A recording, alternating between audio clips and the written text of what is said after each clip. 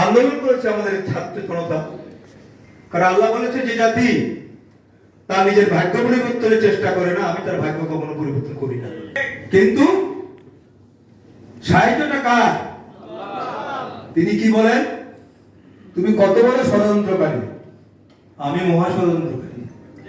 ওই খারাপ লোকের জন্য বলে যে তুমি কত চালাক, কত বাপ দেখাও, আমি কিন্তু আরো করি। তুমি মনে যাও ভাবো, সেটা আমি জানি। তো আজকে যে দম্বর আপনারা দেখেছেন, যেভাবে পাখির মতো মানুষকে গুলি করে মেরেছে, হাসিনা পালায় না। ওই হাসিনা কোথায়? পালাই নাই, পালিয়েছে। কি নেতৃত্ব পরিবর্তন। আর একটা বিপ্লব হয়েছে, দেশ স্বাধীন হয়েছে। এখানে আইন আর কানুন নিয়ম নাই। স্বৈরাচারের দোষরদের আইনবিতে কোনো স্থান নাই। কথা পরিষ্কার। এই আন্দোলন আজকে থেকে শুরু হবে। কোনো দোষরদের স্থান নাই।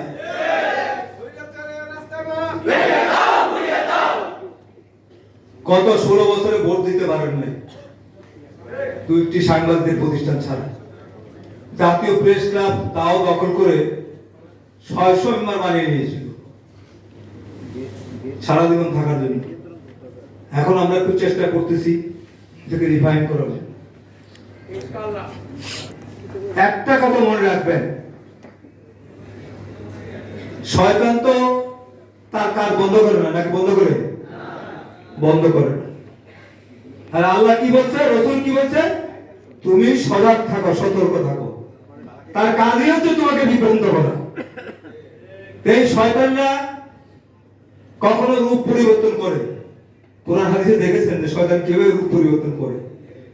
এই রূপ পরিবর্তন করে, আরে আমলি করেছিলাম এই জন্য এখন আমলি টামলি নাই, আমি এখন আপনাদের দলে আছি, আরে কি সুন্দর দল। এইসব ভাওতাবাড়িতে বলা যাবে না। পরীক্ষার পরাকাষ্ঠায় উত্তীর্ণ হই তুমি আসতে হবে। আগামী 25 বছর পরে বাংলার প্রজন্ম যারা জেগেছে তারা বাংলাদেশ চালাবে, কেউ রুখতে পারবে না। রাজনৈতিক দলগুলির উদ্দেশ্যে আমার বক্তব্য পরিষ্কার, চাঁদাবাজি ছেড়ে দেন। আওয়ামী লীগ করেছে, এখন আমরা করব না, হবে না, হবে না। এই বাংলায় চাঁদাবাজি বন্ধ, এই বাংলায় দখলদারিত্ব বন্ধ, এই বাংলায় সরকারি বদমাশি বন্ধ, এই বাংলায় মা বোনরা ভাইরা ইজ্জতের সাথে বসবাস করবে। এই বাংলায় ওই মোদীর শাসন চলবে না। এই বাংলায় বাংলাদেশের মানুষের শাসন চলবে। আজকে তাই জুম্মার দিন কথা শর্ট করে নিয়ে আসছি, অনেক কথা। আর আপনাদের এতজনকে পেয়েছি, কথা তো বলতেই ইচ্ছা, সময় কোথায়? বন্ধুগণ,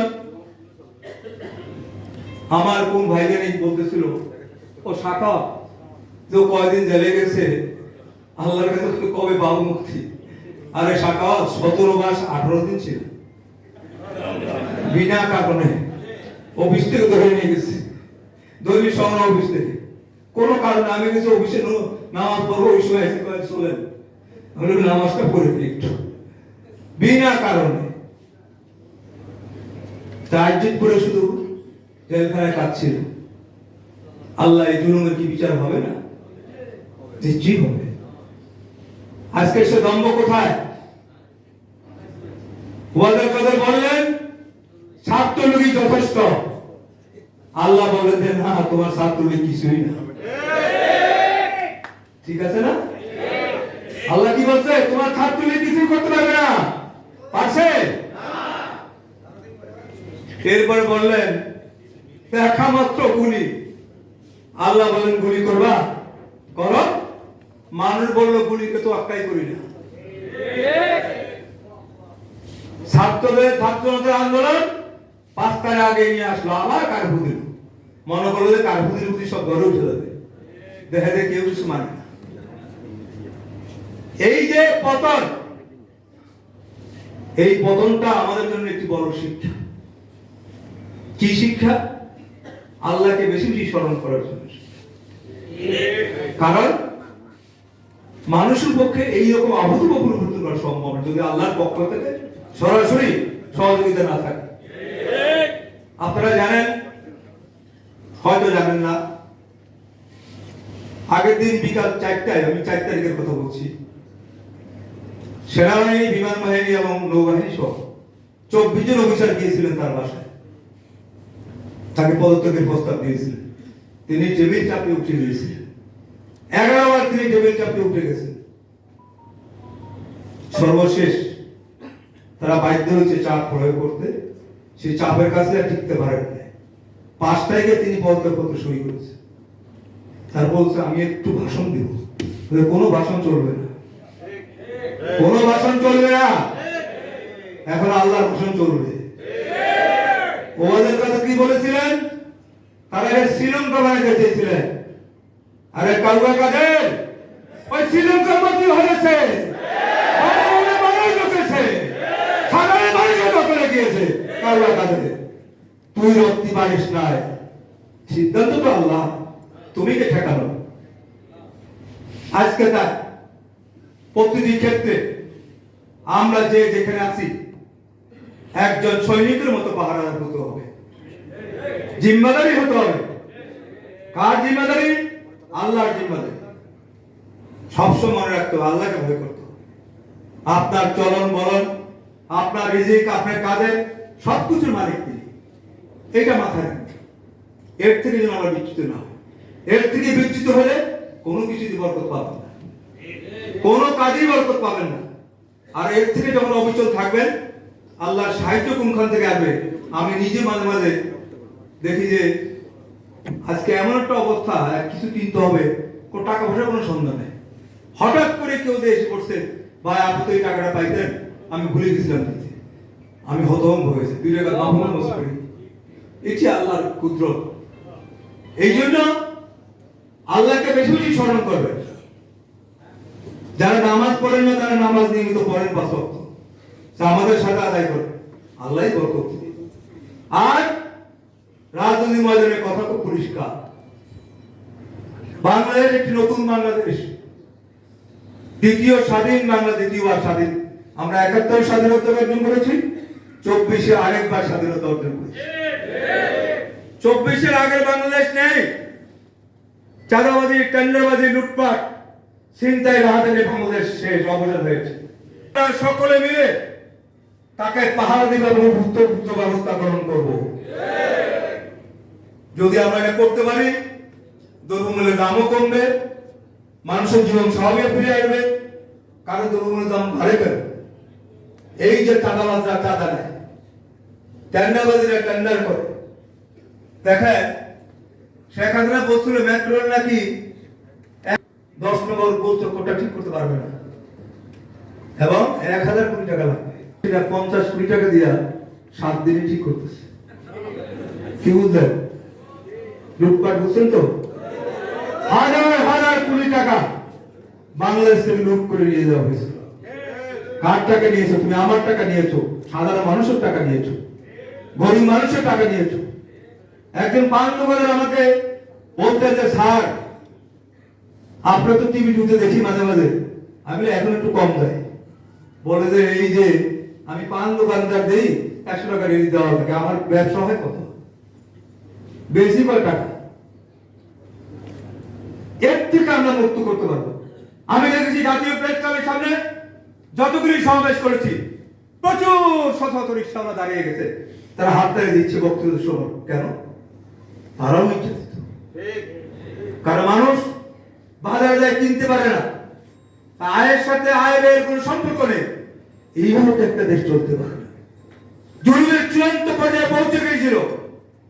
নির্বাচনের পরে কি বলেছিল হাসিনা?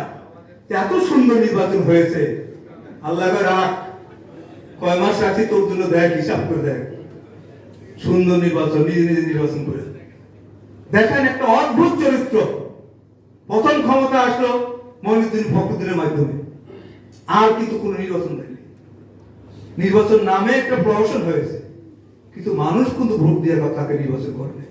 তবে জনগণের প্রতিনিধিত্ব তিনি কখনই করেন না। কোথায় তোমার দল?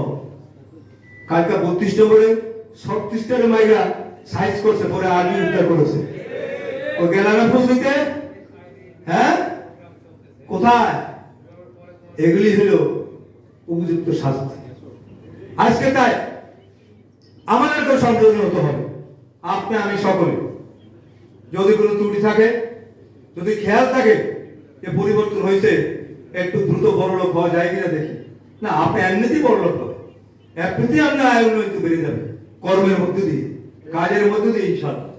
কিন্তু চাঁদাবাজ যেখানেই দেখবেন তাকে প্রতিরোধ করবে, তাতে মানুষ আপনার পক্ষে দাঁড়াবে। আমি দুই একটা দলের নাম শুনি, আমার কাছে প্রচুর টেলিফোন আসে যে ভাই ওই এলাকাতে শুরু হয়ে গেছে, আমি কারা করছে তো অমক, তাই আমি পার্টি তো আরেকটা আছে অমক, না ওই পার্টির কেউ কিছু করে না ভাই, এগুলি তারা করে না। যা তোর সার্টিফিকেট পাওয়া এই পার্টির লোকরা করে। তো আজকে তাই বাংলাদেশের রাজনীতিতে তিনটা শক্তিশালী রাজনৈতিক শক্তি আমরা মনে করতাম, বিএনপি, আওয়ামী লীগ, জামাত।